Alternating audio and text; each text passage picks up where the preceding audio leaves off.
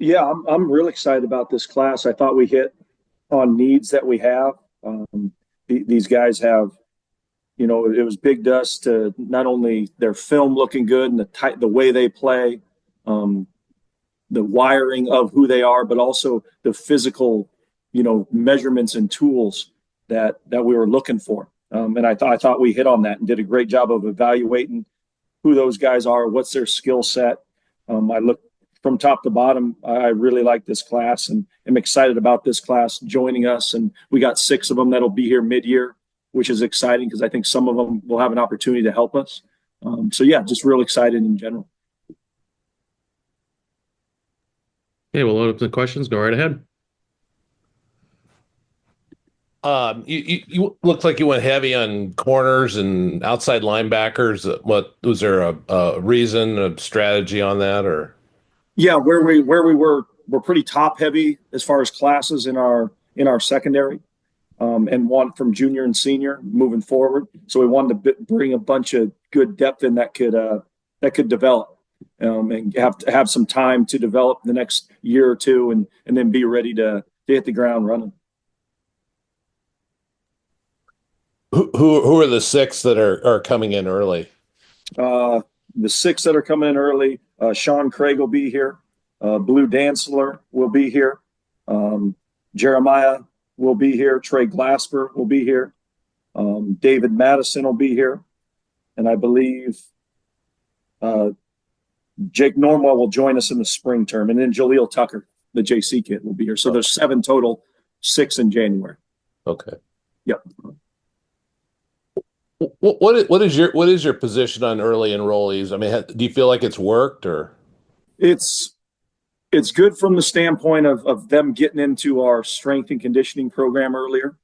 If they're going to have a chance to play as a freshman, it's really almost the only way. Now, there's still guys that do it. Dexter did it this last year coming in June, but they get a whole winter conditioning. They get a spring practice. They get, they're here in April, March for weight training and conditioning, and then right into June and July.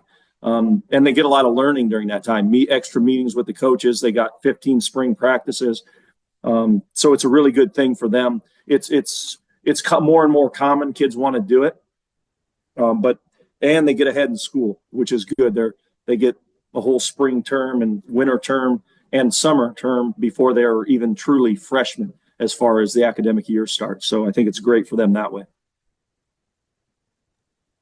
Yeah, Trent, can you talk a little bit about the defensive lineman kind of edge rushers in this group? What did you like out of that group, and obviously just kind of reloading the talent base a little bit? Yeah, I really like the edge kids. Like you look at Blue Dantzler out of Arizona, just a really dynamic, athletic guy that can rush the passer, which is something that we want to add and need to continue to develop. Logan Knapp, just a big, long kid that has the ability to rush the passer, but is also physical at the line of scrimmage. Really liked his film. He's going to be a big guy at 6'6", 235 already. His ability to develop.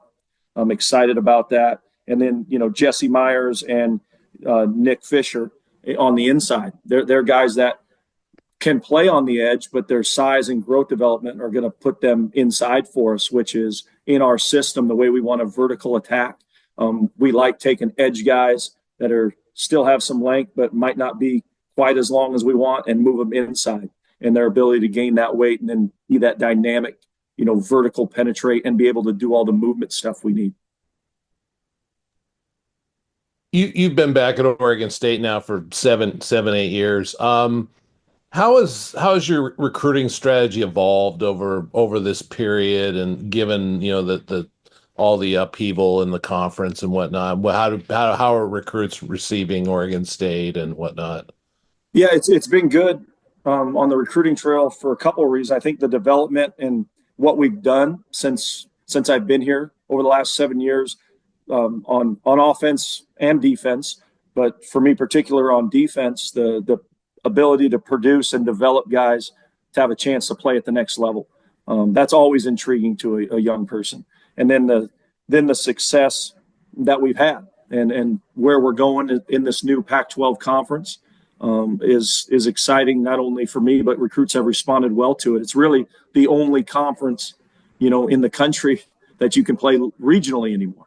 And so for a California kid, a Washington kid, an Oregon kid, the ability for your family to truly watch you play every weekend has been an intriguing thing for some of these guys.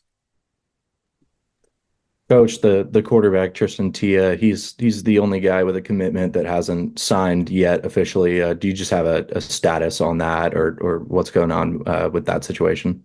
Yeah, everything's good with him. He's just planning on signing in February with the rest of his teammates. And in regards to Liberty High School, Nevada, did you guys just have a house out there with 3 guys coming in from there? I'm curious what the connection is with that staff and why it was such a fertile recruiting ground for you guys. Yeah, 2 of them kind of transferred into that school. So it was kind of, we were recruiting them, like Jeremiah, he was at a different school, Arborview, and then transferred into Liberty. And then Sean was there. And then Skylar Jackson transferred in there as well. So it kind of was actually the recruiting for 2 of them started at a different school and then kind of moved into that school. Coach, one of the other big aspects now that's changed with recruiting is recruiting your roster. And you've mentioned that before. How is that process going now that you're having your exit interviews and such with the players? It's going well. It's going well. And, you're always going to have a couple guys here and there that are going to, either move on for opportunity on the field or opportunity financially. And so you just try to hold on as best you can, but it's been really well received. And I feel good about, retaining, most of these guys that are going to help us win next year. Coach, how do you like this early period that falls just before the portal window opens? What's your feeling on the order to do things? Yeah, well, the portal, I love the portal window. The portal window technically has been open for a couple months now.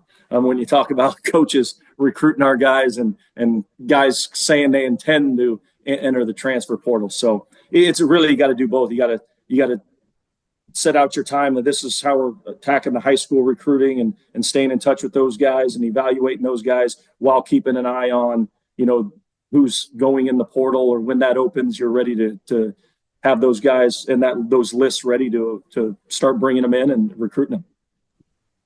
Has your view changed much on recruiting high school kids in this environment in terms of how long you've got to develop a player? Is it more like a 2 to 3 year period as opposed to the old 4 to 5 years you got with a player? Yeah, I would say at a lot of universities, it's probably 1 to 2 years. When you look around the country, what's going on, it's really the administration that you're working for. I feel good about Oregon State and their ability to allow you to develop a roster. You saw it with Coach Smith and what we did over that period of time. So high school recruiting to me and junior college recruiting is going to be the main area that we're going to attack. And hopefully, you're filtering in 5 to 6 portal guys a year instead of 20 or 30. Coach, in regards to kind of that portal window, how many players on your roster do you feel right now have been contacted by other schools? I would say anyone that started for us. And then in regards to your own portal decisions, is 5 to 6 the number of guys you're wanting to add, and kind of what position groups are you looking at to add guys right now? Yeah, with losing 3 starting offensive linemen, we'll look to add a guy there. We'll look to add some guys on defense at edge, a corner, an interior defensive lineman, and we'll look at a quarterback as well.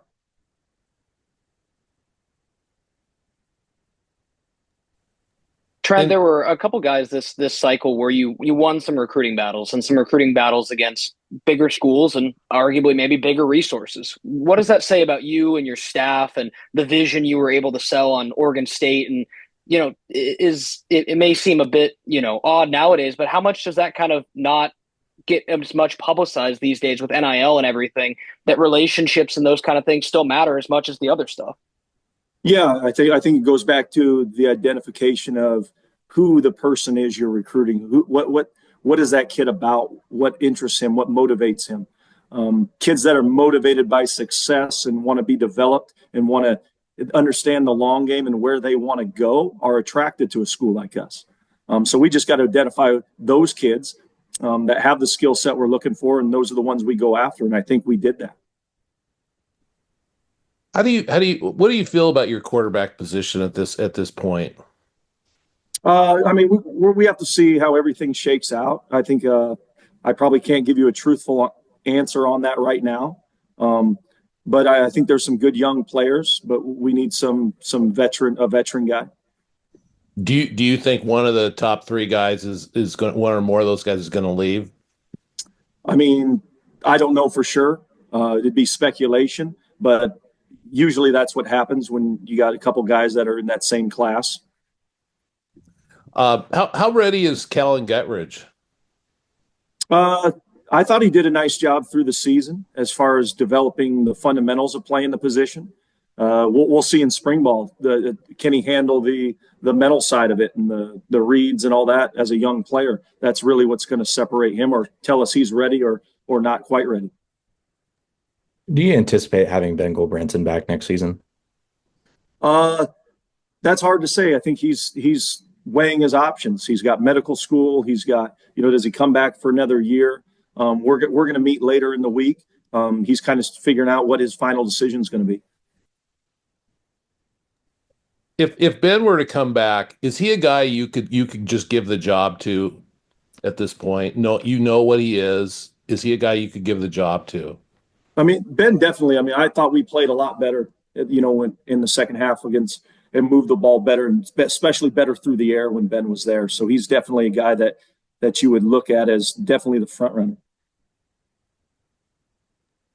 Trent, I'm curious on your thoughts on Jaleel Tucker. He kind of had a bit of a winding road, but originally was recruited to Oregon by Coach Chance. I'm just curious, was that kind of something where Coach Chance is like, hey, this kid's got athleticism. We want to give him another shot. What'd you guys see from him coming out of San Diego Mesa?